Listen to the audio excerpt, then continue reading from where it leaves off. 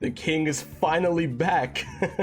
Oh, hey guys, Yurichima-san back at it with another video, and today we are finally talking about Donkey Kong Bonanza. Got myself a physical copy literally just maybe 30 minutes ago. By the way, very hard to find this game in my area for whatever reason. It didn't help that I also wanted to grab the amiibo, which was pretty hard to find too. So to get them both together, not the greatest time. Had to kind of run around everywhere in my town here. But I know what you're probably thinking. Wait, you just got the game, but you're making a review for it? Hold it there, Buster. I got 2 copies of the game. One physically for myself and one digitally for my girlfriend. The reason for that is because 1, I wanted her to have a copy of the game and she usually plays her games digitally. And 2, I wanted to make a review for you guys. That being said, I stayed up all night making this video, playing the game, writing a quick script, editing all the stuff I needed to edit. So if you guys don't mind, maybe give the video a like if you end up liking it, or subscribe to the channel too if you want to hang out over here and join the Yurichima clan. We have cookies on Thursdays. It's Thursday. But anyways, guys, without further ado, let's talk about Donkey Kong Bonanza.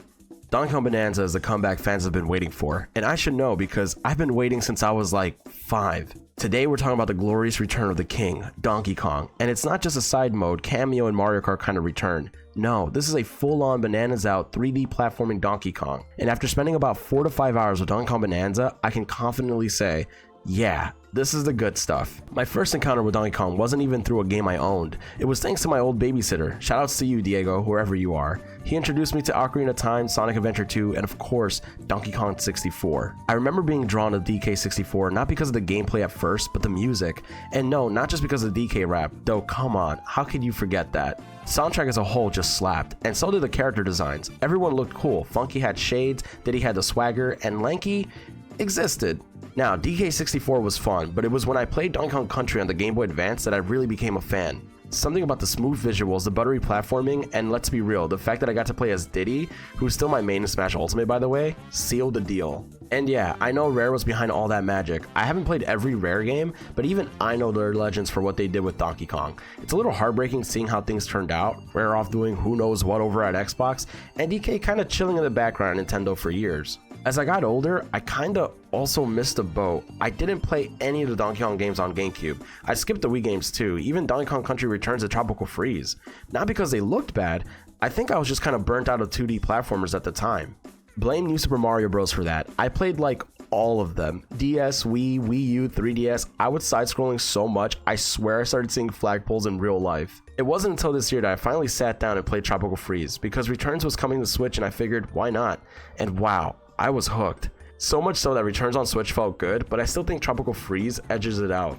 Let's be honest, Donkey Kong's having a moment again. That Mario movie gave him a huge popularity boost. And yeah, when I heard Seth Rogen was voicing DK, I did a double take, but he kinda nailed it. DK's got personality again, not just giant monkey who throws barrels, but actual charm. And that's part of why Bonanza had so much buzz when it first showed up. When Nintendo dropped the reveal trailer for Donkey Kong Bonanza during that direct, I nearly lost it. A new 3D Donkey Kong game on the Switch too? Finally! Look, I love Mario Kart World, it's a banger, but I've been craving a solid single player experience on Switch 2's launch window, and Bonanza is exactly what I needed. So Mario Odyssey was incredible for like 2 weeks, then I kinda stopped playing it, not because it was bad, but it just didn't have that long-term grip for me. That said, people dunking on it lately? Nah, that's recency bias talking. When we found out that the Odyssey team was behind Bonanza, people were hyped and a little sad. No 3D Mario for a while, but honestly, worth it. This game is so good, I'll wait another 5 years for a new Mario if it means DK keeps eating like this. So let's talk about the story, and yes, there actually is one, and it's pretty fun. Donkey Kong Bonanza kicks things off with a bang. Literally,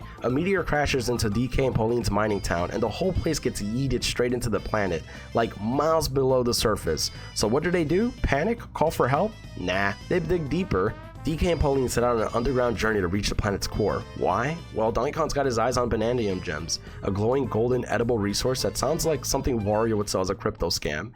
And Pauline, well, she just wants to get back to the surface, which, yeah, that's fair.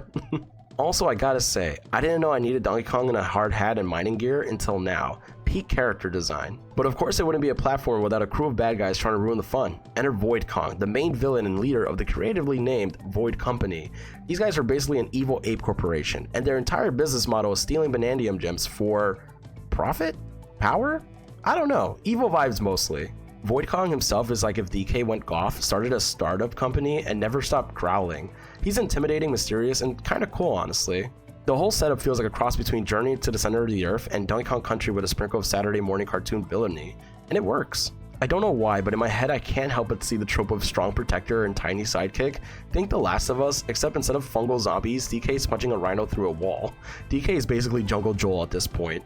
Alright, gameplay wise, this is where it shines. There's this break everything mechanic where you can literally smash up parts of every level to uncover secrets, open paths, or just cause chaos. And it's so satisfying. The crunchy sound effects make every punch feel like it matters. DK can climb, swing, roll, it's all super responsive. And don't worry, he doesn't fall off if you forget to feed him bananas or something. This ain't survival Kong. The levels feel open worldish, like giant destructible playgrounds. Hidden goodies are everywhere. You're rewarded for poking around, smashing stuff, and just being curious. Pauline helps out too, helping you find goodies with her singing abilities. She's also integrated into the puzzles of the game and helps break barriers holding you back. I know I mentioned puzzles, but there's nothing too brain breaking. They're there just to accommodate the game, and they're a lot of fun. And yes, it's a collectathon. Some people still have DK64 trauma about that, but honestly, the way it's handled here feels manageable and fun. I'm not done yet, but I can already tell 100%ing this is going to be a beast. And in a good way. There's even a skill tree, which I wasn't expecting. It's basic, but it adds some nice progression. You can unlock new moves, more health, all that good stuff. And there's outfits. I've only scratched the surface, but DK and Pauline both have some sweet drip. The transformations, bonanzas if you will, are wild. I haven't unlocked all of them yet,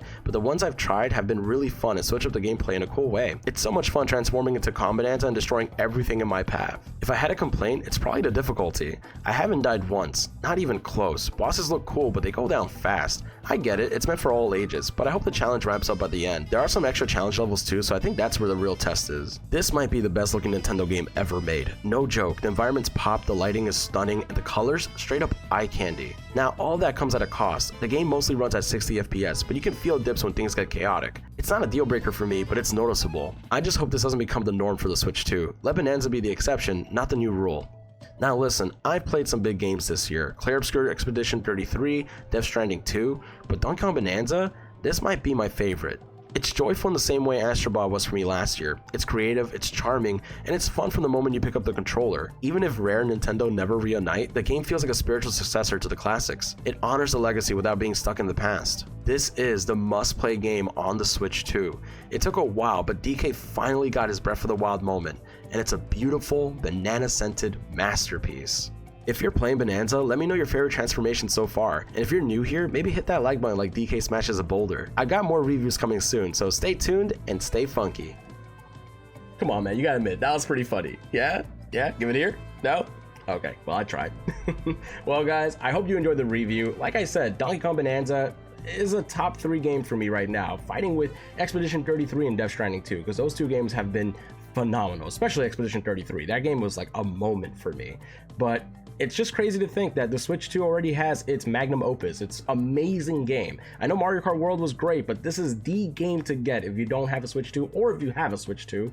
You know, this is why somebody would want to get a Switch 2. This is why somebody is justifying their Switch 2 purchase. So yeah, I'm just very happy that we live in a world where 3D Donkey Kong is back. You know, like I said, I've been a big fan for a long time, and it's good to know that his game is just amazing. So I hope you guys enjoyed the video. Like I said, like the video, maybe subscribe, enjoy the clan if you want to. The next Nintendo review is probably going to be the Mario Party Jamboree, which should be funny because, you know, I'm going to probably put myself on that camera, all those mini games that they're adding. So we'll see how that works out. But anyways, guys, thank you so much for watching. I'll catch you in the next one. Peace.